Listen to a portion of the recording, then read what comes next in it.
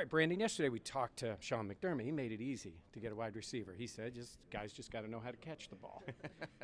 Do we overthink in our cases, overthinking? And what's the danger for, I guess, for you at any position of seeing all the flash that goes with that position and not focusing on maybe what's the most important thing? Yeah, I mean, Sean's spot on there.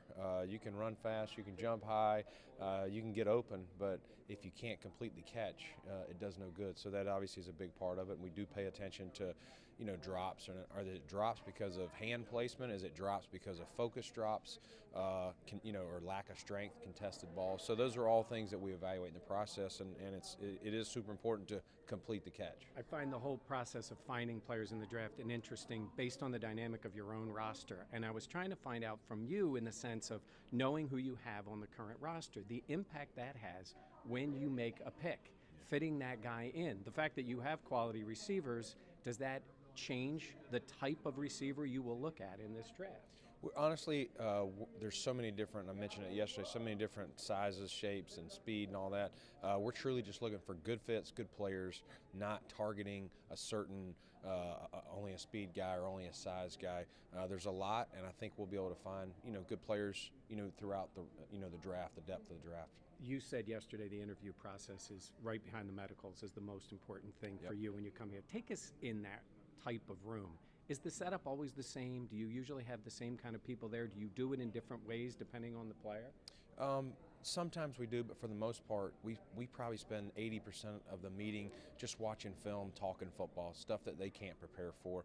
These guys get coached up with canned responses to certain interview questions. So we spend a couple minutes just getting them loose, getting them relaxed, and then we turn the tape on and just kind of pull up plays from their season, some good, some bad, and just kind of see how they respond. Do you always lead the meeting? I started out, but probably, again, most of the meeting I turn over to the position coach or our coordinator and it helps me and Sean to really watch those guys interact and see, how comfortable this guy is taking coaching or answering questions, and does he take responsibility on some of the plays that we know he made a mistake. There are times, I'm sure, when a negative could come out. I did hear Bill Belichick talking about a pre-draft meeting with Gronk. I don't know if you heard this, but he said we put him in a room and he fell asleep in the middle of the room. And the reason I bring that up is obviously he became one of the all-time greats, but is there ever a danger in something in one of these meetings happening, whether it's a big negative or a small one, and you taking too much of that into account and maybe missing on a quality player? Yeah, you definitely could. You only get certain opportunities, but we try not to just, we know things about these guys from the fall. Our scouts have been digging on these guys, and we know coaches at certain schools, or maybe we know an athletic trainer or something like that. So we've got a lot of recon, and this is more just verifying who this player is. So if it's a one-off situation, we're not going to throw them out. But if it matches what we already have heard about them, then maybe it's confirmation of who this person is. You talk about putting a player at ease. Have there been times when you've interviewed a guy here at the Combine and then met with him another time and they almost seem like a different person? Yeah, I mean, I go back to even the Senior Bowl. Josh Allen was he was so nervous, so uptight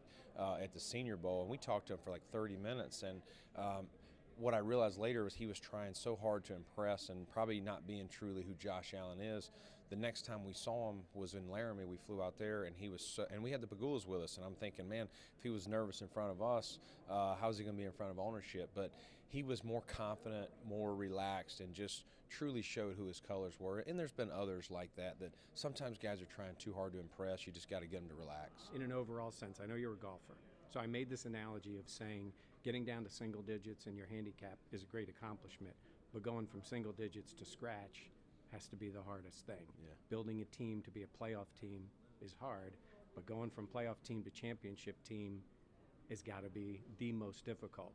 Does that analogy fit with what you think you guys have now? No, it definitely is. I mean, even we use the words, sustained success, and even just back-to-back playoffs is very hard. You don't see a lot of teams that are able to back it up because the league, it's set up for 8-8, and it's hard to get 9, 10, 11, 12 wins. So we've got our work cut out for us. We're going to start 0-0 next season, and nothing that we did in 2019 is going to help us, other than experience. Nobody's going to say, oh, this is the Bills, they won 10 games, we're going to roll over. Coaches are going to point when they come play us, hey, this was a playoff team. We're going to measure, yourselves against this team, and we do the same thing. But our guys got to come back humble and hungry as we move into 2020.